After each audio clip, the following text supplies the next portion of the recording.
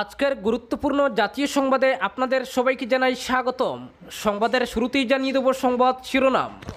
ভারতীয় জনতা পার্টি পুনরায় ক্ষমতায় এলে আসামে দীর্ঘস্থায়ী বিকাশের পথ প্রশস্ত হবে বলে প্রধানমন্ত্রী তথা দলের প্রবীণ নেতা নরেন্দ্র মোদীর করিমগঞ্জে মন্তব্য। এ ব্যাপারে বিস্তারিত থাকবে প্রতিবেদনে। দিলীপ, কীতিশ, তৌবা, মনোজ, আশিস, রামকুমার সহ আসামের 15 জন বিজেপি নেতা 6 বছরের জন্য বহিষ্কৃত। আগামী দিনে পাতারকান্দির সার্বিক উন্নয়নে আমি থাকব আপনাদের পাশে, ঘরের ছেলে হিসেবে একবার সেবার সুযোগ দেবার আহ্বান সচিনের। উত্তপ্ত দক্ষিণ করিমগঞ্জের রাজনৈতিক পরিমণ্ডল, আজিজ এবং সিদ্দিক সমর্থকদের মধ্যে পরিলক্ষিত হচ্ছে তীব্র ডামাডোল। এ ব্যাপারে বিস্তারিত থাকবে প্রতিবেদনে। 10 লক্ষ টাকার গাঁজা বাজেয়াপ্ত নিলামবাজারে, বহির্রাজ্যের 5 সহ ধৃত 6। দ্বিমুখী লড়াইয়ের দিকেই এগোচ্ছে ধলাই, পরিবর্তন না প্রত্যাবর্তন, নির্দলরাই খেলা বদলে দিতে পারে। বিস্তারিত থাকবে প্রতিবেদনে। এবং সর্বশেষ খবরটি হলো, বিধায়ক নির্বাচিত হলে বেকার সমস্যা দূর করব বললেন মিসবাহুল ইসলাম লস্কর। দর্শক, এতক্ষণ শুনছিলেন সংবাদ শিরোনাম, এখন শুনুন সংবাদের বিস্তারিত। তার আগে অনুরোধ, অবশ্যই ভিডিওটিতে একটি লাইক দিবেন এবং খবরটি জনস্বার্থে শেয়ার করার আহ্বান।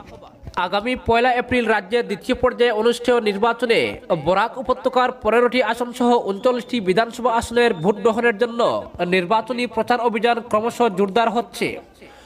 এই পর্যায়ের নির্বাচনের জন্য গতকাল ছিল মনোনয়নপত্র প্রত্যাহারের শেষ দিন।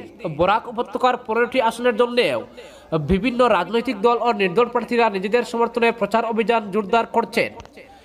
কেন্দ্র ও রাজ্যে ক্ষমতাসীন দল বিজেপির বিশিষ্ট নেতারা উপত্যকার বিভিন্ন স্থানে তাদের দলীয় প্রার্থীর সমর্থনে প্রচার শুরু করেছেন। প্রধানমন্ত্রী তথা বিজেপির প্রবীণ নেতা নরেন্দ্র মোদী দলীয় প্রার্থীদের হয়ে প্রচারে যোগ দিতে গতকাল করিমগঞ্জ এসেছেন। করিমগঞ্জ বাইপাস সংলগ্ন ভাটগ্রামে গতকাল এক দলীয় নির্বাচনী সভায় অংশ নিয়ে শ্রী মোদী রাজ্যের জনসাধারণকে অদূর ভবিষ্যতে আসামে স্থায়ী এবং জোরদার উন্নয়নের প্রতিশ্রুতি দিয়েছেন। বরাক উপত্যকাকে আসামের এক সময়ের প্রবেশদ্বার বলে উল্লেখ করে শ্রী মোদী বলেন যে বিগত সময়ে রাজ্যে কংগ্রেস সরকারের দুর্নীতির ফলে আসামে এই সংযোগ ব্যাহত হয়েছে। কেন্দ্র ও রাজ্যে ক্ষমতাসীন বিজেপি সরকার এই সংযোগ পুনরায় স্থাপন করতে সব ধরনের প্রয়াস করে যাচ্ছে বলে মন্তব্য করে শ্রী মোদী আসামে বিজেপি পুনরায় ক্ষমতায় এলে এই প্রয়াস আরো জোরদার হবে বলে অভিমত ব্যক্ত করেছেন। বিরোধী কংগ্রেস দলের সমালোচনা করে তিনি বলেন যে কংগ্রেসের কোনো নেতা এবং নিয়তি কিছুই নেই। তারা কেরালায় বাম দলগুলির বিরোধিতা করে আবার পশ্চিমবঙ্গে বামেদের সঙ্গে নির্বাচনী আতাত করে স্থানীয় শিল্প, সংস্কৃতি, ঐতিহ্য, স্থানীয় দ্রব্যের বাণিজ্যিক বিপণনের জন্য একটি ভালো সরকার বেছে নেওয়া কর্তব্য বলে জনসভায় মন্তব্য করেন। অনুষ্ঠানের শুরুতে শ্রী মোদী তদানীন্তন কাছাড়ের উল্লেখযোগ্য ব্যক্তিত্ব কাছাড় কেশরী সনত কুমার দাস, অরুণ কুমার চন্দ, দ্বারকানাথ তেওয়ারি, শম্ভুধন ফংল, দেবী ইন্দ্রপ্রভা প্রমুখর প্রতি শ্রদ্ধা নিবেদন করেন। অনুষ্ঠানে বক্তব্য রাখতে গিয়ে প্রবীণ বিজেপি নেতা, নেডার আহ্বায়ক তথা রাজ্যের অর্থ ও স্বাস্থ্যমন্ত্রী ডক্টর হিমন্ত বিশ্ব শর্মা আসামে বিজেপি ক্ষমতায় এলে রাজ্যের বেকারদের কর্মসংস্থানের ব্যবস্থা করা হবে বলে প্রতিশ্রুতি দেন। তিনি রাজ্যে বর্তমান সরকারের আমলে রূপায়িত বিভিন্ন প্রকল্পের খতিয়ান তুলে ধরে এবারের নির্বাচনে দল ক্ষমতায় এলে আরও বেশি সংখ্যক হিতাধিকারী উপকৃত হবেন বলে জোরদার প্রচার চালান। উত্তপ্ত দক্ষিণ করিমগঞ্জের রাজনৈতিক পরিমণ্ডল, প্রার্থীদের মনোনয়নপত্র পরীক্ষার কাজ সম্পন্ন হয়নি। এরই মধ্যে রাজনৈতিক পরিমণ্ডল উত্তপ্ত হয়ে উঠেছে দক্ষিণ করিমগঞ্জে। এখানে মহাজোটের শক্ত প্রার্থী প্রাক্তন মন্ত্রী সিদ্দিক আহমেদ ও মিত্রজোটের প্রার্থী আজিজ আহমদ খানের সমর্থকদের মধ্যে সোশ্যাল মিডিয়ায় জোর লড়াই অব্যাহত। একটি গোষ্ঠী অন্য গোষ্ঠীকে আক্রমণে উঠে পড়ে লেগেছে। উভয় গোষ্ঠীর পক্ষে চলছে সাম্প্রদায়িক প্রচারণা। গত 2 দিন ধরে সিদ্দিক সমর্থকরা বিধায়ক আজিজ আহমদ খানের কয়েকটি ছবি সোশ্যাল মিডিয়ায় ছেড়ে দিয়েছে। ছবিতে দেখা যাচ্ছে বিধায়ক আজিজ কোথাও প্রতিমার সামনে দাঁড়িয়ে আছেন, আবার কোথাও প্রসাদ নিচ্ছেন। এই ছবিগুলো দিয়ে প্রচার চালানো হচ্ছে ভোটের স্বার্থে। নিজের ধর্মকে অপমান করে মন্দিরে মন্দিরে যাচ্ছেন বিধায়ক।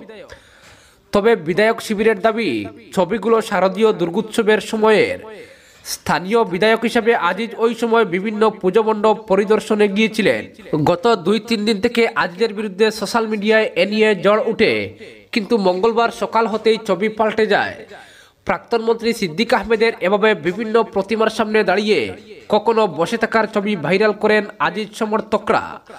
তারা প্রশ্ন তুলে আজিজের যদি পুজো মণ্ডপে যাওয়া ধর্মবিরোধী হয় তবে সিদ্দিকও একই অপরাধে অপরাধী। তারাও ছবিগুলো বিভিন্ন মন্দিরের বলে দাবি করেন, কিন্তু সিদ্দিকেরও ছবিগুলো বিধায়ক থাকাকালীন দুর্গাপূজার সময়ের উভয় পক্ষের ছবি পুরনো। শুধুমাত্র ধর্মীয় সুরসুরি দিয়ে ভোট বৈতরণী পার হতে মিথ্যাচার চালানো হচ্ছে বলে অভিযোগ উঠেছে। উভয় দলের এ ধরনের সাম্প্রদায়িক বিশ্বাস্য ছড়ানোর অপচেষ্টার ঘটনায় ক্ষুব্ধ সচেতন মহল। তাদের মতে ভারতবর্ষ একটি ধর্ম নিরপেক্ষ রাষ্ট্র। এখানে প্রতিটি ধর্মের মানুষের নিজ নিজ ধর্মকর্ম পালনের অধিকার সংবিধান সম্মত। তাছাড়া বিধায়ক সাংসদরা উভয় সম্প্রদায় থেকে নির্বাচিত হয়ে থাকেন।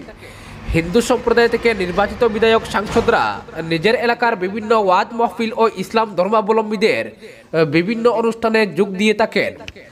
ঠিক একইভাবে মুসলিম প্রতিনিধিরা শারদীয় দুর্গোৎসব সহ বিভিন্ন কীর্তনে যোগ দিয়ে থাকেন। এতে সাম্প্রদায়িক সম্প্রীতি গড়ে ওঠে। কিন্তু যেভাবে ঘৃণ্য রাজনৈতিক পরিকল্পনা নিয়ে সম্প্রীতির দৃষ্টান্তকে বিভাজনে পরিণত করার অপচেষ্টা করা হচ্ছে তা চরম নিন্দনীয়।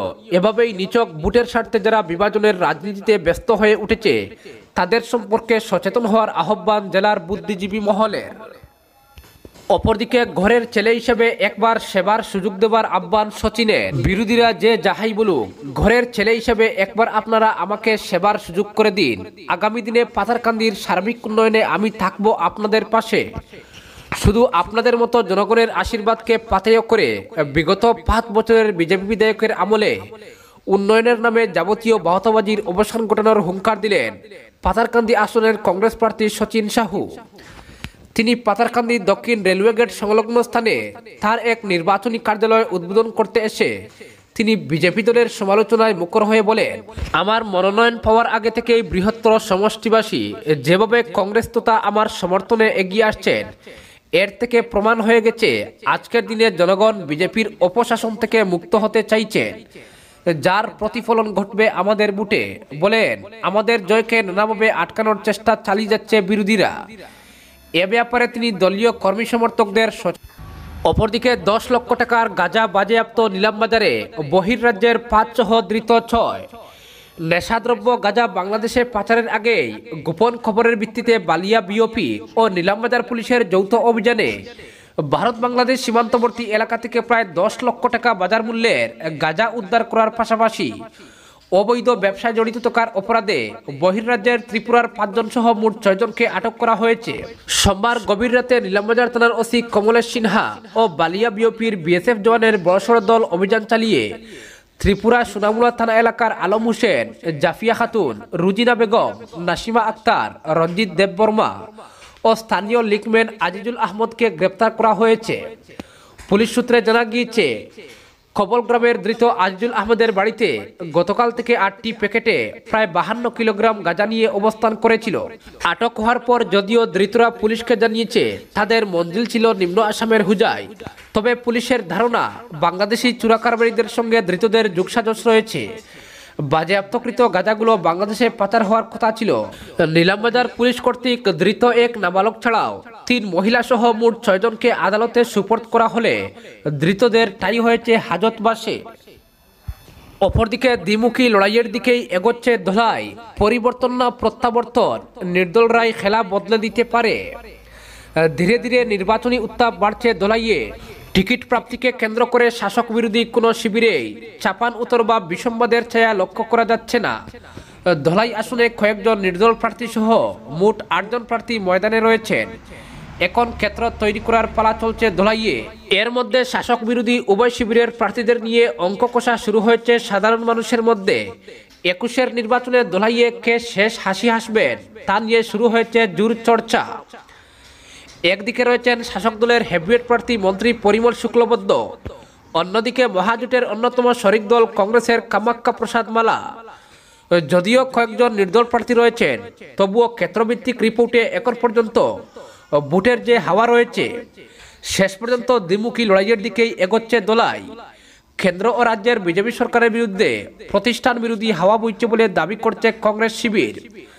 তাছাড়া মন্ত্রী পরিমল শুক্লবৈদ্যের বিরুদ্ধে স্থানীয় পর্যায়ে বেশ কয়েকটি গুরুতর অভিযোগ উত্থাপন করে জেলা কংগ্রেসের সাধারণ সম্পাদক জালাল আহমেদ মজুমদার ও কামাখ্যা প্রসাদ মালারা জানান, সিন্ডিকেট রাজ কায়েম করা, মন্ত্রীর গাড়ি চালক কাজল দত্ত নিখোঁজ হওয়া, নিরীহ মানুষকে উচ্ছেদ করে গৃহহীন করে রজনীখালে চিড়িয়াখানা তৈরি করা, মিজু দুষ্কৃতীদের দ্বারা ধলাইয়ের লায়লাপুর, ফ্রেঞ্চনগর, ফাইনুমপুঞ্জি সহ বিভিন্ন এলাকায় কয়েক কিলোমিটার জায়গা জবরদখল এবং স্থানীয় মানুষদের নির্যাতন চালানোর বিষয়ে মন্ত্রীর নীরব ভূমিকা নিয়ে জন্ম নেয় ক্ষোভ রয়েছে।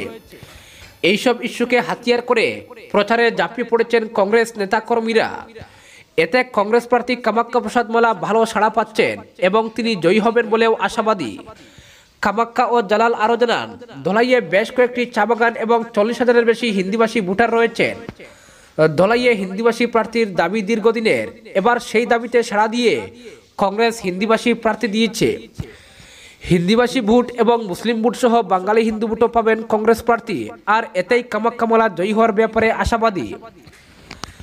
জালাল কামাক্কারা আরও জানান, বুথ ভিত্তিক ও মন্ডল ভিত্তিক দলীয় কর্মী সভা হয়েছে, এখন ছোট ছোট ঘরোয়া সভা চলছে। এদিকে হাত গুটিয়ে বসে নেই শাসক দল বিজেপিও। বেশ কিছুদিন ধরে ঘরে ঘরে প্রচার করছেন দলীয় কর্মী সহ পঞ্চায়েত প্রতিনিধিরা। উন্নয়নকে হাতিয়ার করে কাজের নিরিখে ভোট চাইছেন মন্ত্রী পরিমল শুক্লবৈদ্য। কংগ্রেস নেতাদের দাবি নস্যাৎ করে বিজেপি কর্মকর্তাদের দৃঢ় বিশ্বাস যে পরিমল শুক্লবৈদ্যের উন্নয়নমূলক কাজ এবং পরিচ্ছন্ন ভাবমূর্তি তার জয়ের ক্ষেত্র সহজ করবে। অপরদিকে দলবিরোধী কার্যকলাপের অভিযোগে আসাম প্রদেশ বিজেপি দলীয় 15 জন নেতাকে 6 বছরের জন্য বহিষ্কৃত করেছে।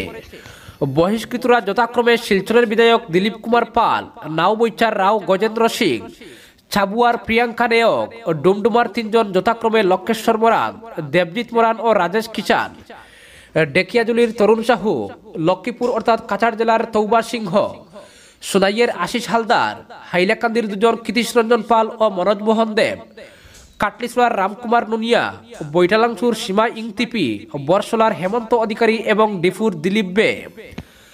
আসাম প্রদেশ বিজেপির সভাপতি রঞ্জিত কুমার দাস দল থেকে এই 15 জনকে বহিষ্কার করেছেন বলে জানিয়েছেন প্রদেশ সাধারণ সম্পাদক তথা শিলচরের সাংসদ ডক্টর রাজদীপ রায়। এ সম্পর্কে ডক্টর রায় এক প্রেস বার্তায় বলেছেন, ভারতীয় জনতা পার্টির মনোনীত প্রার্থী তথা দলীয় সিদ্ধান্তের বিরুদ্ধাচরণ করে নির্দল প্রার্থী হিসেবে এরা নির্বাচনে প্রতিদ্বন্দ্বিতা করতে ময়দানে নেমেছেন।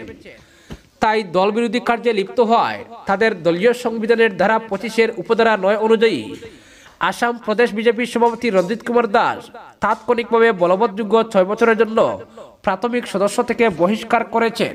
অপরদিকে বিধায়ক নির্বাচিত হলে বেকার সমস্যা দূর করব বললেন মিসবাহুল। শালচাপড়া ব্লক কংগ্রেসের ডাকে জয়নগর আপনজন বিবাহ ভবনে শালচাপড়া ব্লক কংগ্রেস সভাপতি সালে আহমদ লস্করের পৌরোহিত্যে সভায় বক্তব্য রাখতে গিয়ে সর্বভারতীয় মহিলা কংগ্রেসের সভানেত্রী সুস্মিতা বলেন, মিসবাহুল ইসলাম লস্কর আমার প্রয়াত পিতা প্রাক্তন কেন্দ্রীয় মন্ত্রী সন্তোষ মোহন দেবের সঙ্গে রাজনীতি করেছেন। আমি তাকে আমার নিজের পরিবারের একজন মনে করি। তাই বড়খলাতে মহাজোটের প্রার্থী মিসবাহুল ইসলাম লস্করকে জেতাতে যা করা দরকার তাই করব। যেহেতু এবার আসামে কংগ্রেস সরকার আসছে, তাই বড়খলার জনগণ মিসবাহুল ইসলাম লস্করকে নির্ভয়ে ভোট দেওয়ার অনুরোধ জানান সুস্মিতা। তিনি আরও বলেন, এবার আসামে কংগ্রেস গ্যারান্টি দিয়ে বলছে আবার সরকার গঠন করবে কংগ্রেস। কংগ্রেস বেকারত্ব দূর করবে। কংগ্রেসের নির্বাচনী ইস্তাহারে গ্যারান্টি দিয়ে বলছে আসামে 5 লক্ষ চাকরি দেবে, ঘরের মহিলাদের 2000 টাকা করে দেবে, বেকার সমস্যা দূর করবে। কংগ্রেস যা বলে তাই করে। বিজেপির আমলে বড়খলাতে কিছুই কাজ হয়নি। বড়খলাতে 5টি সেতু হওয়ার কথা ছিল, তা কোথায় হয়েছে প্রশ্ন সুস্মিতার। বিজেপির আমলে সিন্ডিকেট রাজ চলছে বরাকে। শিলচরের বর্তমান সাংসদ ডক্টর রাজদীপ রায়ের তীব্র সমালোচনা করে বলেন, রাজদীপ রায় প্রকাশ্য সাংবাদিক সম্মেলন করে বলেছেন 4th গেটের নিচু স্তরের চাকরি করার লোক নেই বরাকে। বিজেপির মতো কংগ্রেস প্রতিশ্রুতি দিয়ে শেষ করে না, বাস্তবে তা করে দেখাবে এবং বলেন বিগত 2 নির্বাচনে প্রাক্তন মন্ত্রী মিসবাহুল ইসলাম লস্করকে কংগ্রেস টিকিট না দিয়ে অন্যায় করেছে, সেটা নিজ মুখে স্বীকার করেন সুস্মিতা। এদিন জনতার উপস্থিতি দেখে সুস্মিতা বলেন, মিসবাহুল ইসলামের জয় শুধু সময়ের অপেক্ষা। প্রাক্তন মন্ত্রী মিসবাহুল ইসলাম লস্কর বলেন, তিনি বিধায়ক নির্বাচিত হলে প্রথমে বড়খলাতে বেকার সমস্যার সমাধান করবেন। তিনি আরও বলেন, বড়খলার রাস্তাঘাটের হাল তো সবারই জানা, তাই রাস্তাসহ বড়খলার হাসপাতালে ডক্টরের সমস্যা সবই দূর করবেন বলে প্রতিশ্রুতি দেন। আজকের বিশেষ সংবাদ।